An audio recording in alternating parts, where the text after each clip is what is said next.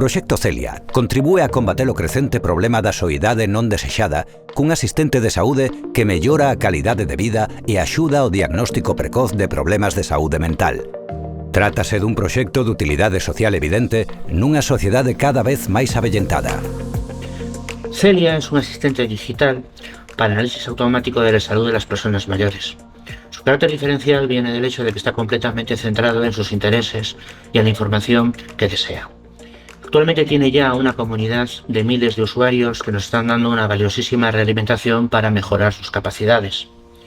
Es fruto del trabajo de un equipo de científicos y profesionales y actualmente estamos trabajando en incorporar nuevas patologías, añadir facilidades para la relación social y otros aspectos orientados a reducir la soledad.